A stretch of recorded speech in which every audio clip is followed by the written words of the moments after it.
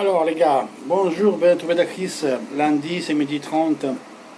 Je fais cette brève vidéo pour vous dire que ce soir, je vous attends tous vers 22h30 pour une live avec moi. Un YouTuber avec plus de 30 000 abonnés que beaucoup de vous connaissent, s'appelle Mario Inter. Il sera avec nous, un super fan d'Icardi, c'est un super YouTuber, donc il sera avec nous, avec Dario et avec notre Johnny. Je vais inviter aussi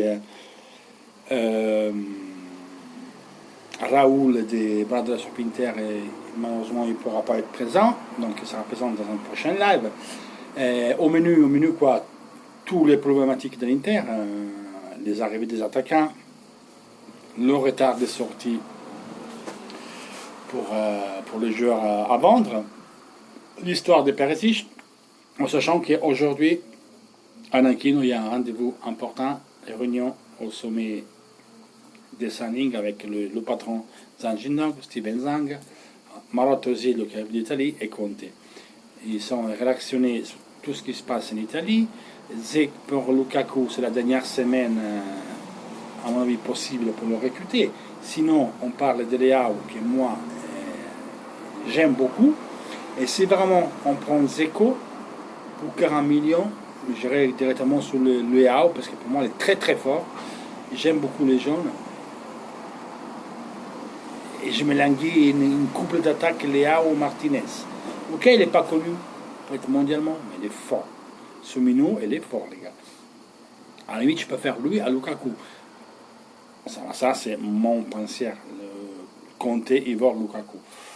Après, on verra bien si on peut le prendre ou quoi. Certain que 85 millions d'euros, c'est beaucoup et c'est la cifre plus élevée que l'Inter payera par un joueur. Et les gars, faites-vous l'échange de 85 millions d'euros en francs, ça ferait combien? Ça ferait une troupe énormissime. Donc il faut y aller mollo. C'est sûr que ça, c'est la dernière semaine possible, parce qu'après, le mercato en Angleterre, il va être clôturé le 8 août, donc il faut ils vont trouver un joueur pour remplacer Lukaku. C'est ce qu'on sait que United il veut vendre Lukaku. Donc plus le temps passe, plus il y a des possibilités de le prendre.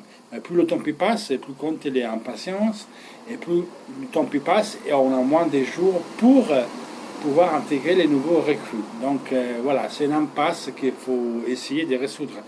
On en impasse avec les ventes, parce que prendre un Joe Mario, un Miranda, un Borg Cavalier, un Dalbert, c'est pas facile. Même si Dalbert, je dois dire qu'il a fait un bon match face à United, il a joué à sa place. C'est un 3-5-2, c'est là qu'on peut mettre Dalbert. Ça ne veut pas dire qu'il doit rester.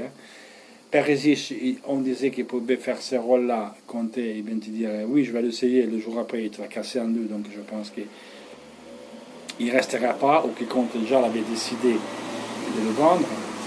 Après, on parle d'un échange d'Ambrosio Florenzi. Il faut que vous compreniez que 8 joueurs dans la liste UEFA, il faut qu'ils ont joué dans une primavera n'importe laquelle en Italie, dans le passé. Donc il y a Berni.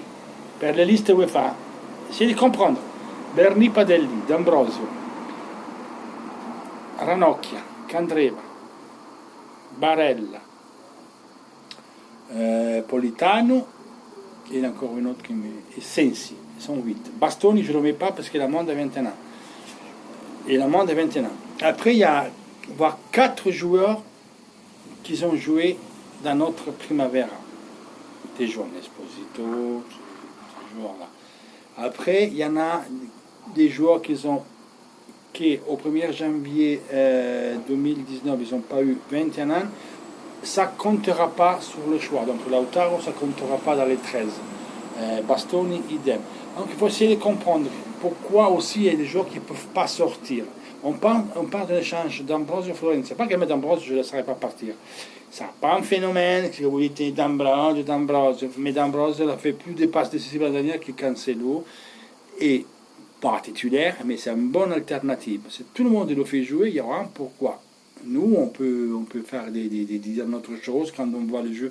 C'est après les coachs le font jouer. Alors, deux choses. Ou les coachs ils sont des couillons, nous on a des phénomènes, ou nous quand on a des phénomènes, il faut qu'on réfléchisse un peu à ce qu'on dit, parce que les coachs qui sont des pros, ils le font jouer, ou ils le gardent quand même une très haute considération. Donc moi d'Ambrosio, je le vois comme un joli.